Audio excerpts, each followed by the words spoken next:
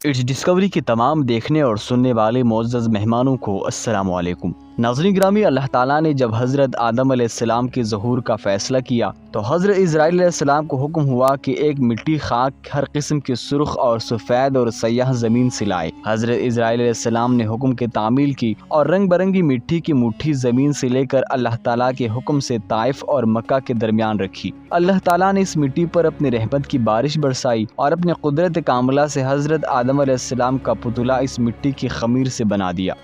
40 برس تک وہ پتلا قلب بے جان وہاں پڑا رہا، اور جب اللہ تعالیٰ نے چاہا کہ اب حضرت آدم علیہ السلام کا ظہور ہو تب روح کو حکم دیا کہ اس پتلے میں داخل ہو جائے۔ روح لطیف نے خاک کثیف میں داخل ہونے سے انکار کیا، مگر اللہ کے حکم سے سر کی طرف سے داخل ہو گئی۔ روح جیسے جیسے اندر پہنچتی گئی ٹھیکری کی طرح مٹی کا پتلا گوشت پوش میں بدلتا گیا، اور جب روح سینہ مبارک تک پہنچی تو حضرت آدم علیہ السلام نے اٹھنے کا ارادہ کیا اور وہی زمین پر گر پڑے۔ اس بات کا ذکر اللہ تعالیٰ نے قرآن پاک میں کیا ہے کہ انسان جلد باز پیدا ہوا ہے۔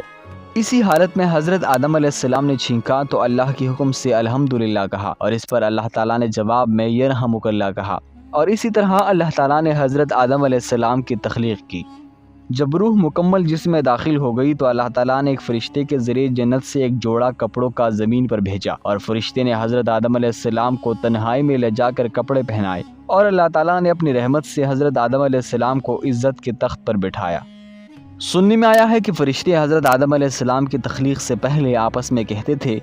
کہ جس کو اللہ تعالیٰ خاک سے بنا کر خلافت کے مسند پر بٹھائے گا وہ اللہ کے نزدیک ہم سے زیادہ عزیز نہ ہوگا، اور ہم جو دن رات اللہ تعالیٰ کے ذکر میں مشغول رہتے ہیں تو ہم ہی سب سے عظیم ہوں گے۔ مگر جب اللہ تعالیٰ نے حضرت آدم علیہ السلام کو بنا دیا اور اپنے رحمت سے انہیں کچھ نام سکھا دیے تو آدم علیہ السلام کو فرمایا کہ فرشتوں سے ان ناموں کے متعلق پوچھو۔ جب حضرت آدم علیہ السلام نے فرشتوں سے پوچھا تو وہ جواب سے عاجز ہوئے،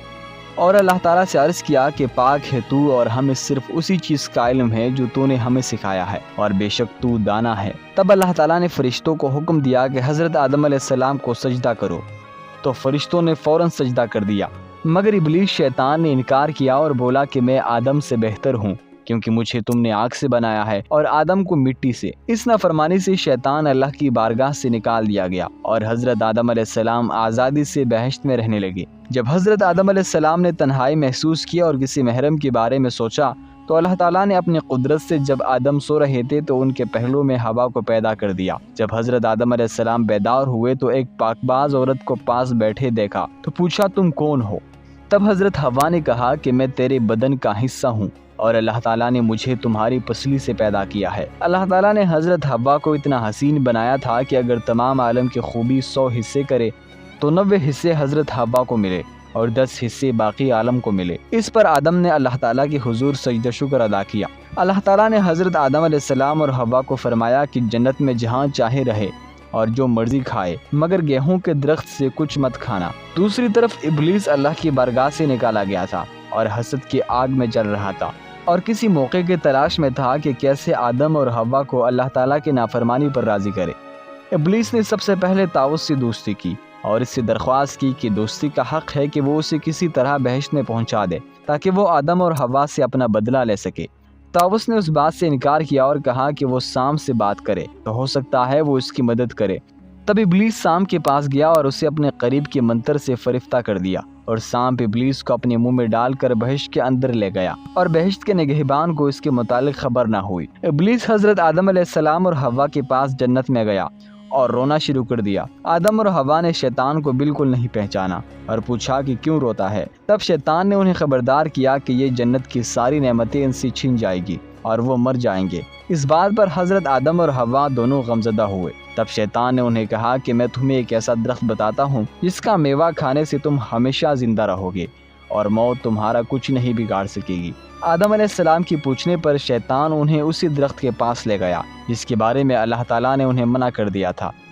مگر حضرت آدم علیہ السلام نے اسے کھانے سے انکار کیا اور کہا کہ وہ ہرگز اللہ تعالیٰ کی نافرمانی نہیں کریں گے۔ شیطان نے قسم کھائی کہ میں تمہارا خیرخواہ ہوں، مگر آدم وہاں سے اٹھ کر چلے گئے۔ شیطان حضرت حوا کے پاس گیا اور اسی طرح ان کے دل میں وسوسہ ڈالا، اور شیطان کے کہنے پر سانپ نے شیطان کی سچائی کی گواہی دی۔ تو حضرت حوا آدم کے پاس تشریف لائی اور عرض کی کہ سانپ تو جنت کا خادم ہے اور وہ بھی ابلیس کے حق میں گواہی دے رہا ہے۔ اس لیے میں پہلے اس درخت کا پھل کھاتی ہوں۔ اگر کچھ غلط ہوا تو آپ اللہ سے میرے گناہوں کی معافی مانگنا، اور اگر کچھ نہیں ہوا تو آپ بھی کھا لینا، اور پھر ہم ساری زندگی چین سے جنت کے میوے کھائیں گے اور موت ہمارا کچھ نہیں بگاڑ سکے گی۔ اسی طرح آدم اور حوا نے شیطان کے بہکاوے میں آ کر وہ ممنوعہ کھانا کھا لیا، جسے کھانے سے اللہ تعالیٰ نے انہیں منع کر دیا تھا۔ کھانے کے بعد دونوں کے سطر ایک دوسرے کے سامنے ظاہر ہو گئے اور وہ پتوں سے اپنا جسم چھپانے لگے، اور اللہ تعالیٰ اس بات پر ناراض ہوئے اور انہیں جنت سے نکال کر زمین پر پھینک دیا۔